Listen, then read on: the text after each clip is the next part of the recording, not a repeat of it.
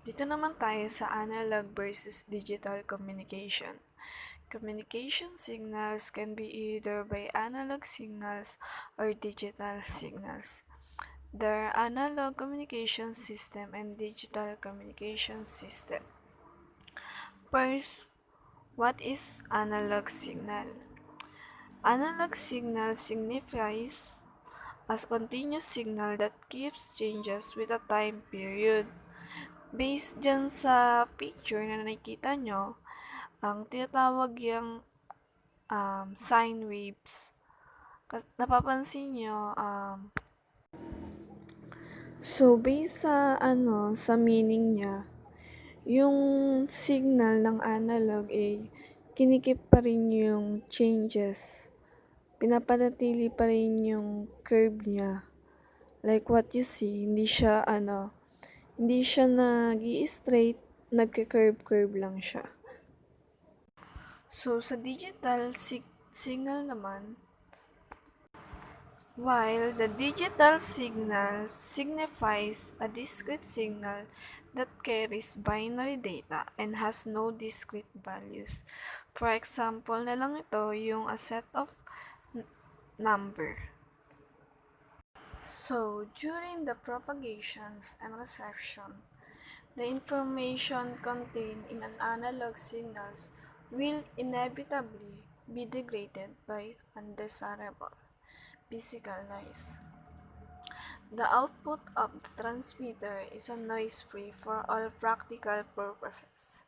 Commonly, the noise in a communication system can be expressed as adding or page 6 of 8 subtracting from desirable signals in a complete random way.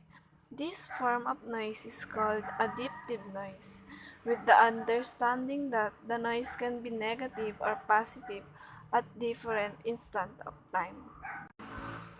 Noise that is not additive noise is a much more difficult situation to describe or analyze.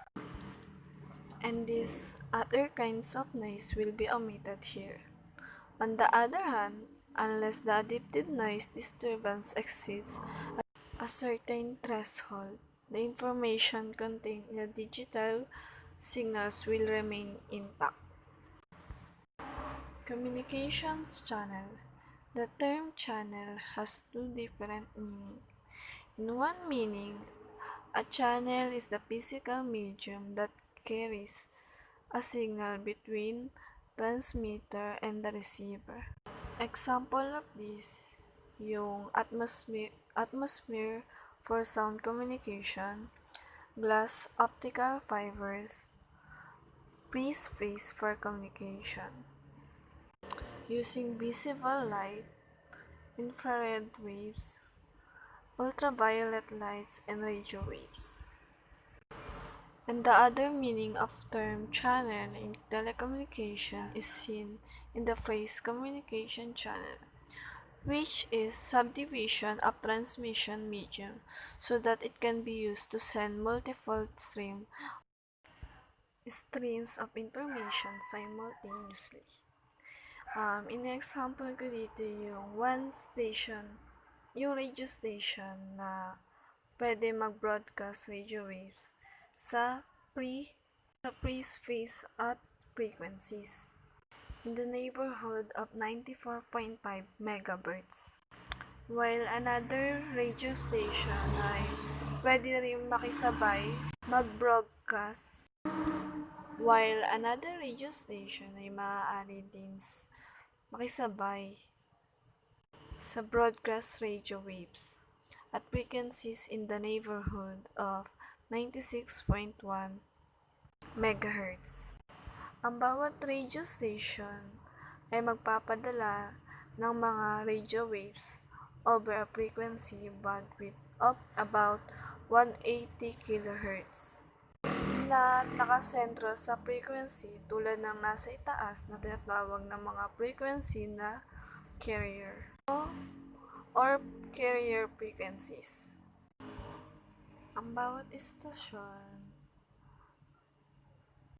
sa halimbawang ito ay separated from its adjacent station by 200 kHz and 180 kHz.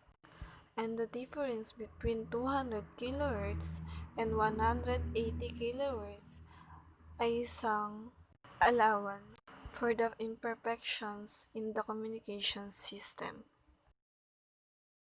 This system of dividing the medium into channel according to frequency is called frequency.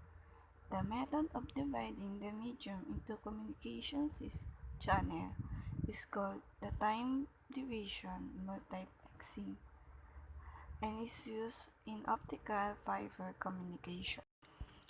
Modulation can be used to represent a digital message as an analog waveform. This is commonly called keying, a term derived from the older use of Morse code in telecommunication, and several keys use exist. This includes phase shift keying, frequency shift keying, and amplitude shift keying.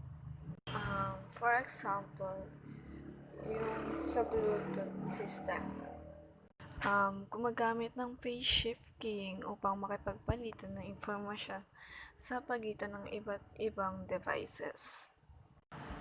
In addition, there are combination of phase shift keying and amplitude shift keying, which is called in the jargon of the field. Modulation can also be used to transmit the information of low-frequency analog signals at higher frequencies. Nakatutulong ito dahil yung low frequencies analog signals ay hindi mabisang maililipat over free space. Sa makatuwid, ang impormasyon na mula sa isang low frequency analog signals ay must be impressed into higher frequency signals. Ito ay tinatawag na carrier wave. Bago ito maipadala. There are several different modulations schemes available to achieve this. The first is amplitude modulation, and the second is frequency modulation.